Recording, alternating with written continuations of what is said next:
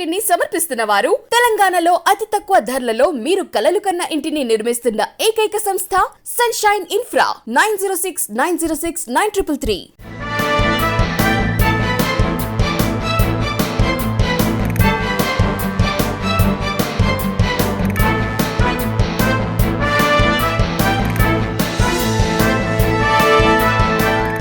నమస్తే, welcome to V3 news. లక్ష్యం సమాజహితం. నేను ఆకాంక్ష. బులెటిన్ల ముందుగా హెడ్లైన్స్ చూద్దాం. కర్నూలు జిల్లా ఆదోని సహకార కేంద్రం బ్యాంకులో నకిలీ గోల్డ్ గందరగోళం. 35 తులాల బంగారం తాకట్టు పెట్టిన వ్యక్తికి నకిలీ బంగారం ఇచ్చిన అధికారులు. విశాఖలో లోక్సత్తా పార్టీ నాయకుల ప్రెస్ మీట్. విభిన్న ప్రతిభావంతుల పింఛన్లను వెంటనే పునరుద్ధరించాలని డిమాండ్. ముక్తాల నదిలో విదేశీ ఆక్వేరియం చేప సర్కర్ క్యాట్ ఫిష్ కలకలం. నదిలోకి ప్రమాదకరమైన చేపలు రావడంపై ఆందోళన. అనంతపురం జిల్లాలో ఘోర రోడ్డు ప్రమాదం. పుట్టపర్తి సాయి సేవా ట్రస్ట్ లో విధులు నిర్వహిస్తున్న వ్యక్తి దుర్మరణం. నందిగామలో కరెంటు పోల్ని ఢీకొట్టిన డీసీఎం. పలువురికి గాయాలు, పరిస్థితి విషమం. ఇక డీటెయిల్ చూస్తే కర్నూలు జిల్లా ఆదోనిలో సహకార కేంద్రం బ్యాంక్ నకిలీ గోల్మాల్ కలకలం రేగింది. 2017వ సంవత్సరంలో ప్రమోద్ అనే వ్యక్తి 35 తులాల బంగారం కుదువపెట్టుకుని జిల్లా సహకార కేంద్రం బ్యాంకులో 5 లక్షల రుణం తీసుకున్నాడు. అయితే ప్రమోద్ తిరిగి ఈ నెల 26న బ్యాంకులో రుణం కట్టి బంగారాన్ని విడిపించుకున్నాడు. బయటకు వెళ్లి బంగారాన్ని పరిశీలించగా గోల్డ్ వ్యాపారస్తులు నకిలీ బంగారంగా గుర్తించారు. బ్యాంకుకు వెళ్లి ప్రశ్నించగా తమకు సంబంధం లేదంటూ బ్యాంక్ అధికారులు చేతులెత్తేశారు. దీంతో బాధితుడు పోలీసులను ఆశ్రయించారు. పోలీసులు కేసు నమోదు చేసుకుని దర్యాప్తు చేపట్టారు.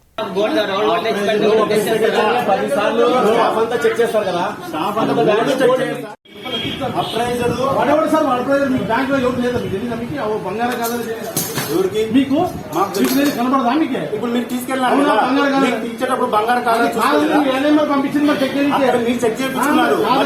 చెక్ చేపిస్తాము. నాకు బంగారం కాదని తెలియదు.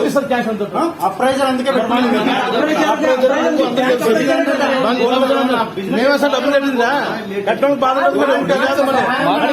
అడిగినాము 10 సార్లు అడిగినాం. మేము అడిగిన తర్వాత మేము చెప్తాం. ఊరికే తప్పించడానికి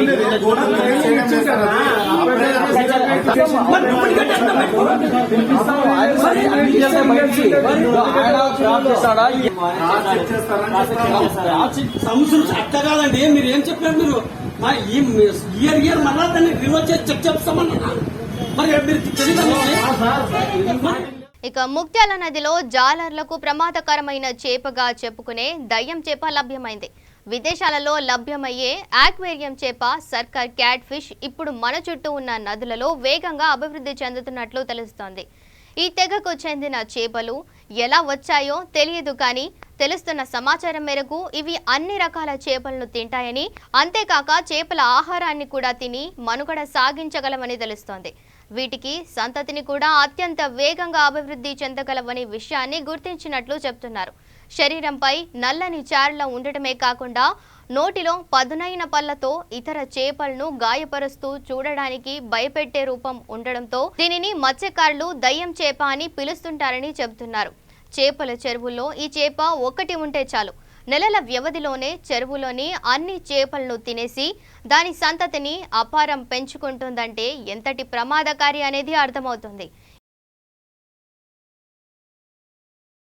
ఇక ప్రభుత్వం తీసుకున్న పనికిమాలిన అనాలోచిత నిర్ణయం వలన రాష్ట్రంలో దాదాపు 50,000 మంది విభిన్న ప్రతిభావంతులు గడిచిన 3 నెలలుగా పింఛన్లు అందక తీవ్ర ఇబ్బందులు పడుతున్నారని ముఖ్యమంత్రి జగన్మోహన్ రెడ్డి వెంటనే జోక్యం చేసుకుని వారికి పింఛన్లు మంజూరు చేయాలని లోక్సత్తా పార్టీ రాష్ట్ర కార్యనిర్వాహక అధ్యక్షుడు బి శెట్టి బాబ్జీ అన్నారు. విశాఖపట్నంలో ఆయన విలేకరులతో మాట్లాడుతూ ప్రభుత్వం తీరు విచిత్రంగా ఉందని విమర్శించారు.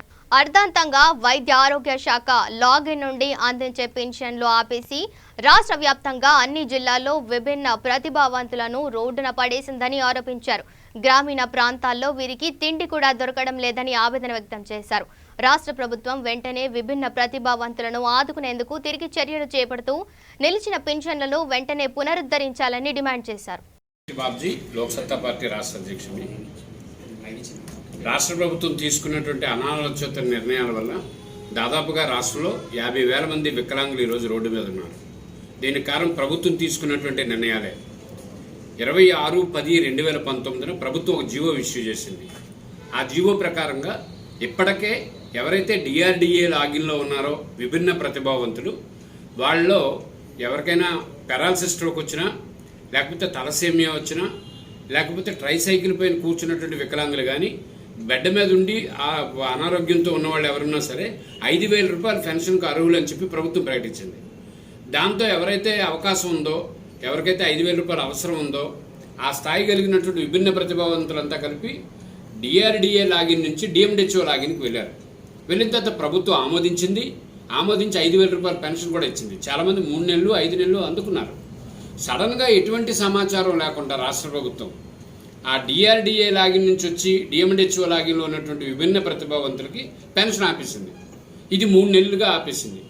ఈ 3 నెలల నుంచి అయితే 5,000 రూపాయలని ఇవ్వాలి, లేకపోతే 3,000 రూపాయలని ఇవ్వాలి. ఈ 3,000లో ఈ లాగిన్లో లేరు, ఆ లాగిన్లో లేరు, రోడ్డు మీద ఉన్నారు. ఇప్పుడు అన్నమో రామచంద్రాన్ని ఆకలితో అలమటిస్తుంటే ప్రభుత్వం ఎక్కడ మాట్లాడట్లేదు. ఇది అత్యంత బాధాకరమైనటువంటి అంశం. ఈ రకమైనటువంటి ప్రక్రియ కరెక్ట్ కాదు కూడా. కాబట్టి మేము లోక్సత్తా పార్టీ నుంచి అడుగుతున్నాయా, ముఖ్యమంత్రి గారు వెంటనే మీరు కొద్దిగా జోక్యం చేసుకొని ఈ దాదాపుగా 50,000 మంది వికలాంగులు గ్రామీణ ప్రాంతంలో వాళ్ళకి అన్నం దొరకదు. గ్రామీణ ప్రాంతంలో ఒక హోటల్లో ఎవరు కూడా టిఫిన్ ఫ్రీగా ఎవరు, వాళ్ళకి డబ్బులు రాలేదంటే ఎవరు ఇస్తారు? కాబట్టి ముఖ్యమంత్రి గారు ఇన్వాల్వ్ కావాలి, అర్జెంటుగా వాళ్ళకి న్యాయం చేయాలి. అయితే 3,000 రూపాయలని ఇవ్వండి, లేకపోతే 5,000 రూపాయలని ఇవ్వండి. ఈ రెండు ఇవ్వకుండా వాళ్ళు పాపం రాష్ట్ర వ్యాప్తంగా ఆందోళన చేస్తుంటే పట్టించుకోకపోవడం చాలా అన్యాయం. ముఖ్యమంత్రి గారు బటన్ నొక్కితే 95,000 కోట్ల రూపాయలు ఏమీ కాకుండా ఇస్తుంటారు. మరి అటువంటి ముఖ్యమంత్రి గారు ఏమోని ఈ వీళ్ళు వికలాంగులకు ఇబ్బంది పడడం కరెక్ట్ కాదు. అలాగే ఉత్తరాంధ్రలో కూడా. ఇక అనంతపురం జిల్లా పుట్టపర్తిలో చిత్రావతి బ్రిడ్జిపై కూడా రోడ్డు ప్రమాదం చోటు చేసుకుంది. పుట్టపర్తి సాయి సేవా ట్రస్ట్ లో విధులు నిర్వహిస్తున్న రాజశేఖర్, పవన్ అనే 2 వ్యక్తులు విధులు ముగించుకొని 2 ద్విచక్ర వాహనంపై కొత్త చెరువుకు వెళ్తుండగా పుట్టపర్తి నుంచి కొత్త చెరువు వెళ్తున్న ఆర్టీసీ బస్సు వెనక వైపు నుండి వారి బైక్ ను ఢీకొట్టింది. దీంతో వెనక కూర్చున్న రాజశేఖర్ కింద పడ్డాడు. అదే సమయంలో ఆర్టీసీ బస్సు ఒక్కసారిగా అతని తలపై నుంచి వెళ్లింది. ఈ ఘటనలో రాజశేఖర్ దుర్మరణం పాలయ్యాడు. పట్టణ పోలీసులు సంఘటనా స్థలానికి చేరుకొని కేసు నమోదు చేసి దర్యాప్తు చేపట్టారు. రాజశేఖర్ కు భార్య, 2 పిల్లలు ఉన్నారు. రాజశేఖర్ మరణంతో ఆ కుటుంబంలో విషాద ఛాయలు అలుముకున్నాయి. ఆఫీస్ నుంచి వర్క్ చేస్తున్నాం. ఆఫీస్ ముగించుకొని వచ్చేరుకు వెళ్తుండగా చిత్రావతి బ్రిడ్జి మీద నేను మా ఫ్రెండ్ అయిన రాజశేఖర్ అన్న 2 కలిసి వెళ్తుండగా ఒక ఆర్టీసీ బస్సు వచ్చి వెనక నుంచి గుద్దడం జరిగింది. అది బస్సు డ్రైవర్ నిర్లక్ష్యం వల్లనే అతను అది కన్ను మరిపించుకొని ఆ వ్యక్తి నిర్లక్ష్యం వల్ల ఒక నిండు ప్రాణాన్ని తీయడం జరిగింది. ఇక కృష్ణా జిల్లా నందిగామ మండలం అనాసాగరం జాతీయ రహదారిపై ఘోర రోడ్డు ప్రమాదం జరిగింది. డ్రైవర్ నిద్రమత్తులో ఉండడంతో డీసీఎం వ్యాన్ డివైడర్ పక్కన కరెంటు పోల్ను ఢీకొట్టింది. విరిగిపడిన కరెంటు పోల్ను వెనక నుండి వస్తున్న కారు ఢీకొట్టింది. ఈ ఘటనలో కారులో ప్రయాణిస్తున్న 2రికి, డీసీఎంలో ప్రయాణిస్తున్న డ్రైవర్కు తీవ్ర గాయాలయ్యాయి. క్షతగాత్రులను చికిత్స నిమిత్తం నందిగామ ఏరియా ప్రభుత్వ హాస్పిటల్కి తరలించారు. ఇక గూడూరు 2వ పట్టణ పరిధిలోని స్పెషల్ ఎన్ఫోర్స్మెంట్ బ్యూరో కార్యాలయంలో సిఐ విజయ్ కుమార్ విలేకరుల సమావేశం నిర్వహించారు. ఈ సందర్భంగా ఆయన మాట్లాడుతూ దివిపాలెం పంచాయతీలోని చెవటపాలెంలో సోదాలు నిర్వహించగా నాగరాజు అనే వ్యక్తి నివాసంలో అక్రమంగా దాచి ఉంచిన 28 క్వార్టర్ మద్యం బాటిళ్లను స్వాధీనం చేసుకుని అతనిని అరెస్టు చేశామని తెలిపారు. ఎక్కడైనా అక్రమంగా మద్యం అమ్ముతున్నా తరలిస్తున్న ప్రజలు ఎస్సీబీ అధికారులకు సమాచారం అందించాల్సిందిగా సూచించారు. ఈరోజు గూడూరు ఎస్సీబీ స్టేషన్ పరిధిలో దివిపాలెం గ్రామ పంచాయతీలోని చవటపాలెం గ్రామం నందు మాకు వచ్చిన ఫిర్యాదు మేరకు నీలం నాగరాజు అనే వ్యక్తి ఇంట్లో సోదాలు నిర్వహించడం జరిగింది. ఈ సోదాల్లో 28 క్వార్టర్ బాటిల్స్ మద్యం బాటిల్స్ని సీజ్ చేశాం.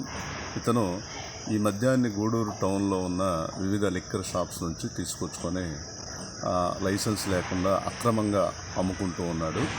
కావున అతను అరెస్ట్ చేసి ఎఫ్ఐఆర్ ఇష్యూ చేస్తున్నాం. కోర్టుకి ఇతన్ని ప్రొడ్యూస్ చేస్తున్నాం. ఈ మద్యం అనధికార అక్రమ విక్రయాల గురించి ఏదైనా సమాచారం ఉంటే ప్రజలు దయచేసి మాకు తెలియజేయండి, వెంటనే స్పందిస్తాం. ఆ సమాచారం ఇచ్చిన వారి వివరాలను కూడా గోప్యంగా ఉంచుతాం. మా ఫోన్ నెంబర్ 94 40 90 25 13. నా పేరు విజయ్ కుమార్, ఎస్సీబీ ఇన్స్పెక్టర్, గూడూరు. ఇక చిత్తూరు జిల్లా నగరిలో ఏఐటీసీ అనుబంధం సంస్థ వీధి విక్రయదారుల సంఘం ఆధ్వర్యంలో నిరసన చేపట్టారు. 2014లో విక్రయదారులు చట్టం తీసుకువచ్చినప్పటికీ వీధి విక్రయదారులకు ఎటువంటి ప్రయోజనాలు లేవని వారు ఆరోపించారు. చట్టం ప్రకారం సరైన మౌలిక వసతులు ఏర్పాటు చేసి నామమాత్రపు గేటు రుసుము వసూలు చేయాలని, వడ్డీ లేని బ్యాంకు రుణాలు ఇప్పించాలని, వ్యాపారస్తులు గుర్తింపు కార్డు ఇచ్చి పట్టణ వెండింగ్ కమిటీలు ఏర్పాటు చేయాలని డిమాండ్ చేశారు. చట్టం ఉన్నప్పటికీ అధికారుల నిర్లక్ష్యం చేయడాన్ని ఖండిస్తూ సెప్టెంబర్ 4న జిల్లా వ్యాప్తంగా ఉన్న 27,000 మంది వీధి విక్రయదారులతో కలిసి మదనపల్లిలో జిల్లా మహాసభ నిర్వహించనున్నట్లు వెల్లడించారు. ప్రతి ఒక్కరూ ఈ సభలో పాల్గొని జయప్రదం చేయాల్సిందిగా పిలుపునిచ్చారు. ఈ కార్యక్రమంలో ఏఐటీయూసీ నగర నియోజకవర్గ కార్యదర్శి కోదండయ్య, ఏఐటీయూసీ పట్టణ నాయకులు, భాష, వ్యాపారస్తులు పాల్గొన్నారు. ప్రతి వ్యాపారికి 30,000 రూపాయల రుణాలు, వీధి వ్యాపారులకు స్థలాలు, వీధి వ్యాపారులకు స్థలాలు, వీధి వ్యాపారులకు గుర్తింపు కార్డులు జయప్రదం చేయండి. సెప్టెంబర్ 4వ తారీఖు జరిగే మహాసభలను, వీధి వ్యాపారుల మహాసభలను, సెప్టెంబర్ 4వ తారీఖు జరిగే మహాసభలను, వీధి వ్యాపారులకి గుర్తింపు కార్డులు, వీధి వ్యాపారులకి గుర్తింపు కార్డులు, వ్యాపార లైసెన్సులు,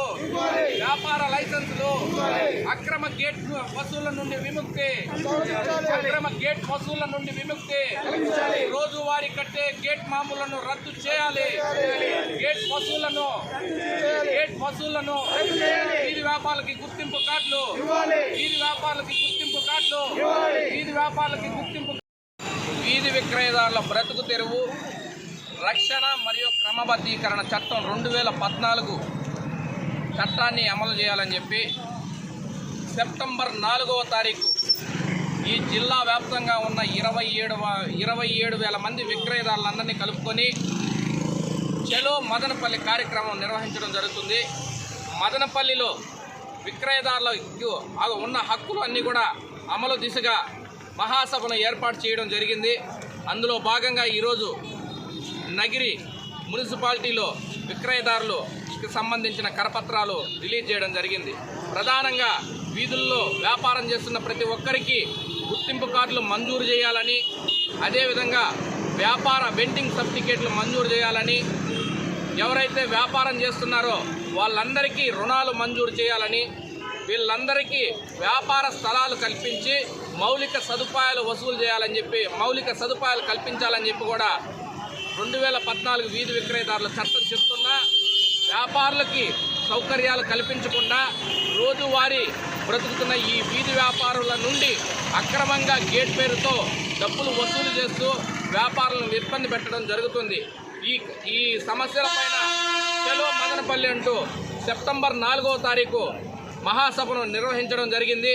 ఈ యొక్క మహాసభలో ఈ నగిరి పట్టణంలో ఉండే వ్యాపారులందరూ కూడా మహాసభలో పాల్గొని మీ హక్కులకై నిరంతరం పోరాటానికి పిలుపునిస్తారు. ఇక కడప జిల్లా సిద్ధవటంలో పారిశుద్ధ పనులు నిర్వహించారు. 2 యంత్రాలు, 4 ట్రాక్టర్లతో గ్రామంలోని చెత్తను పూర్తిగా తొలగించారు. గ్రామ సర్పంచ్ అధ్యక్షతన అంటువ్యాధులు రాకుండా శానిటైజేషన్ చేశారు. గ్రామంలో పారిశుద్ధ్యం, విద్యుత్ దీపాలు, నీటి సరఫరా వంటి మౌలిక సదుపాయాలపై దృష్టి సారించినట్లు గ్రామ సచివాలయ కార్యదర్శి అమర్నాథ్ తెలిపారు. ఇందులో భాగంగా చెత్తను తొలగించనున్నట్లు చెప్పారు. ప్రజలు తమ పరిసరాలను పరిశుభ్రంగా ఉంచుకోవాలని, వ్యాధులు రాకుండా జాగ్రత్తగా ఉండాలని సూచించారు. ఇక గుంటూరు జిల్లా బాపట్లలో ఓబీసీ రిజర్వేషన్ల పితామహుడు బీపీ మండల్ జయంతి సందర్భంగా BC joint action committee Bapatla అధ్యక్షుడు గోర్ల శ్రీనివాసరావు ఏరియా హాస్పిటల్ పేషెంట్లకు పండ్లు పంపిణీ చేశారు.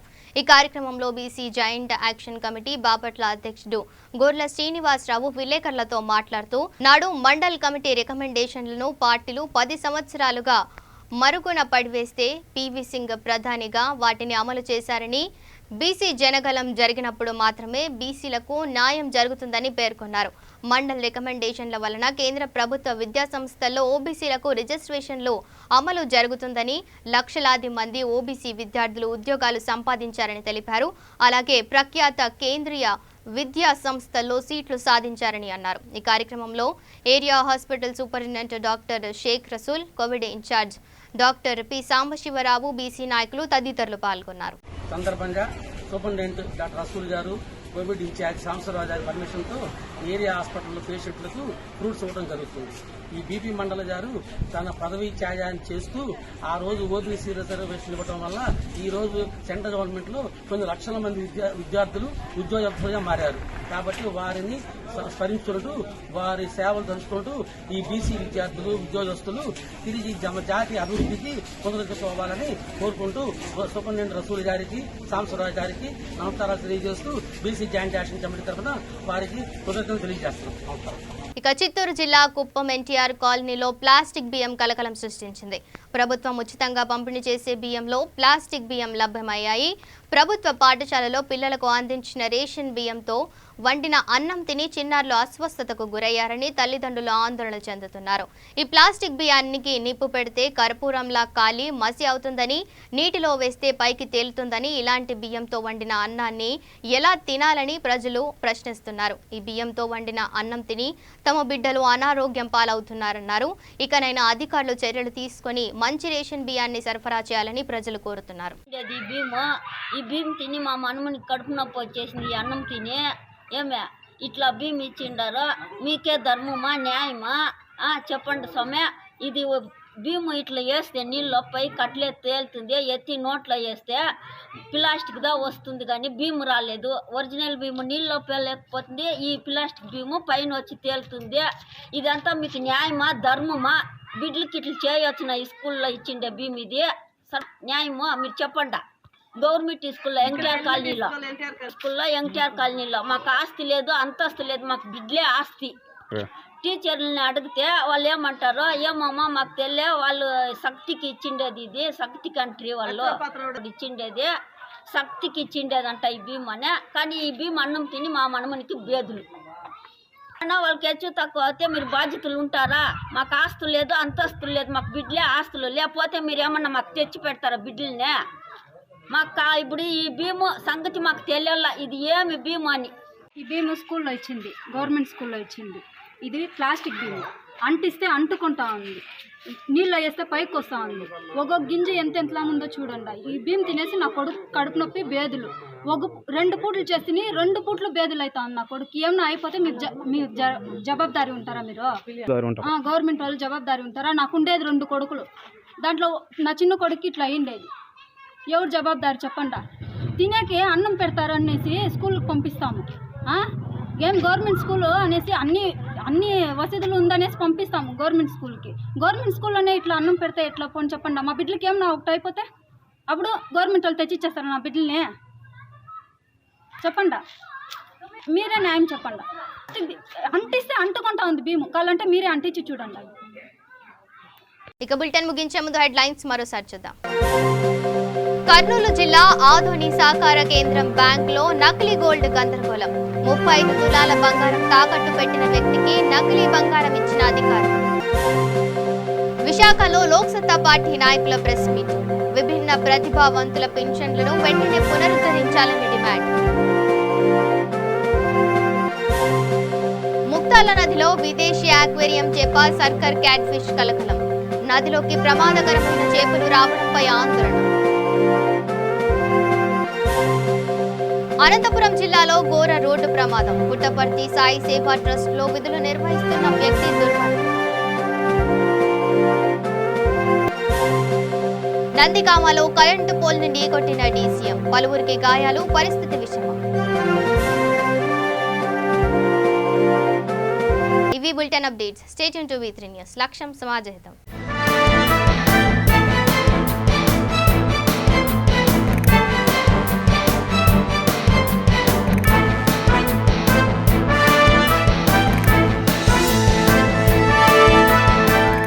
బులెటిన్ ని సమర్పించిన వారు తెలంగాణలో అతి తక్కువ ధరలలో మీరు కలలు కన్న ఇంటిని నిర్మిస్తున్న ఏకైక సంస్థ సన్షైన్ ఇన్ఫ్రా.